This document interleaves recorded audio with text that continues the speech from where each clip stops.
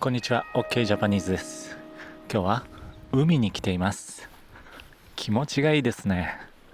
この前ですね、ある動画を見ました。ある動画で床に寝ている人、地面に寝ている、女性が地面に寝ている、街ですよ。道の真ん中でね。で、何をしているんだこの人は。ヨガマットを敷いてその上に寝ているんです。そしてその人は何もしていない。くつろいでいる。それで動画を撮っている人が話しかけました。何をしているんですか？あなたはなぜここで寝ているんですか？そしたらその人は、実はこれはリジェクションセラピーをしている。リジェクションセラピー、聞いたことありますか？僕は初めて聞きました。拒否されることでセラピーになる、そういうことを言っているらしいんですね。自分があえて拒否される時、それを作る、そして拒否をされると心が強くなる、その心が、強くなっていろんなことに対応できるそういうことらしいです。これは本当の、医学の先生が言ってることではないと思います言ってるんですか？これは本当に医学の中で言われていることなんでしょうか？分かりませんが、とにかくその女性は床に寝る。恥ずかしいですよね。そんな恥ずかしい、普段やらないこと、いつもやらないこと、それをやる。そうすることで、心をトレーニングしているということらしいですね。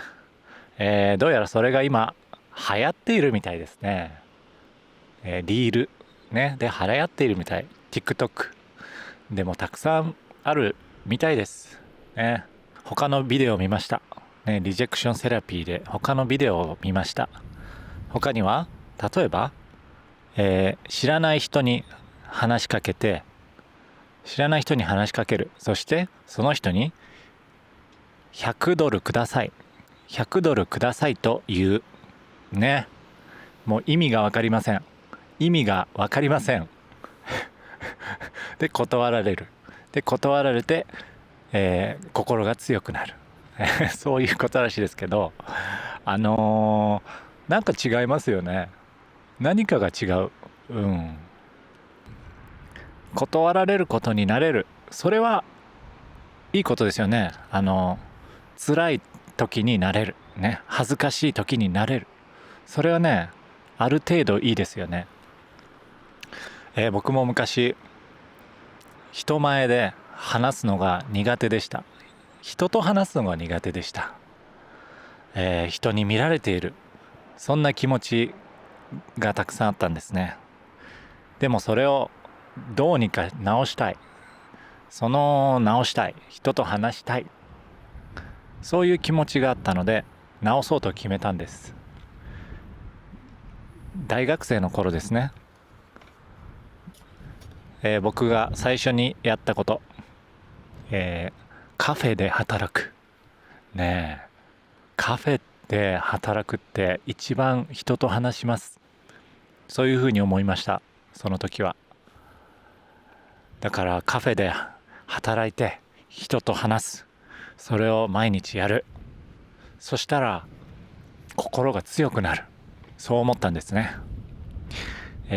結果的にそれは成功しました。良かったです。少し慣れましたね。やっぱり毎日やると慣れる時はありますね。日本語も外国語も毎日勉強、毎日話す。そうすると慣れますね。だんだん慣れていく。そしてだんだん慣れていくと怖くなくなっていくね。不安もなくなる。それはとてもいいことですね。だから、僕はそのバイトをして少しずつ話せるようになりましたね。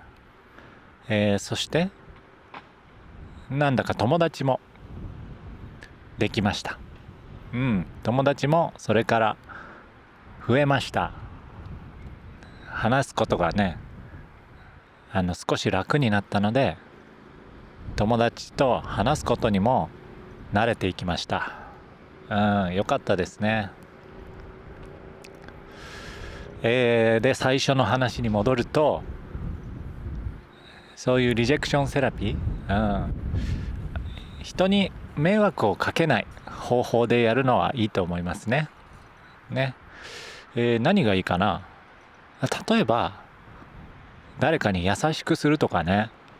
道で困っている人がいたら話しかける。どうされましたか？どうしましたか？大丈夫ですか？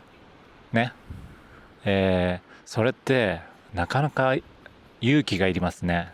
僕もあまり話しかけられないです。僕もあの人話しかけようか、いやどうしよう、今はやめようね、そういうふうに思って話しかけないことがよくあります。でもそれをね、練習だと思ってやるのはいいかもしれません。しかもその人が本当に困っていた時助けられますね。だからそういう優しさを知らない人に与える、そういう練習はいいかもしれませんね。それは英語だとランダムアクツオブカインドネスっていうなんかありますよね。そういうサイトがね。なんか人が親切にしている動画、僕はそれよく見てますね。日本だと例えば電車の中で席を譲るね、自分が席に座っていて、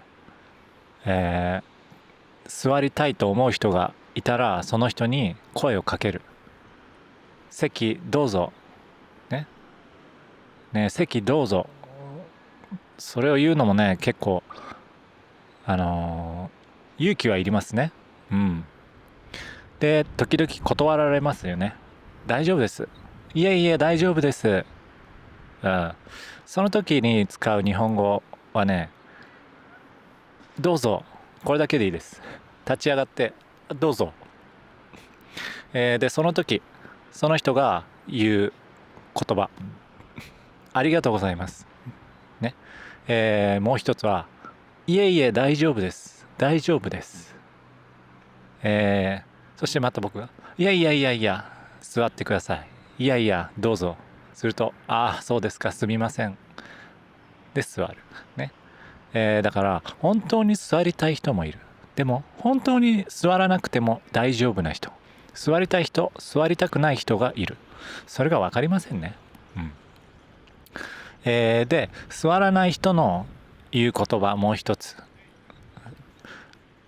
どうぞ、いえいえ次で降りるので、次降りるのでね、次降りるのでって言われたら、次降りるから座らなくて大丈夫です、そういうことですね。そこはね分かりませんね。でもどうぞって言ってね、言ってみるのはいいことかもしれませんね。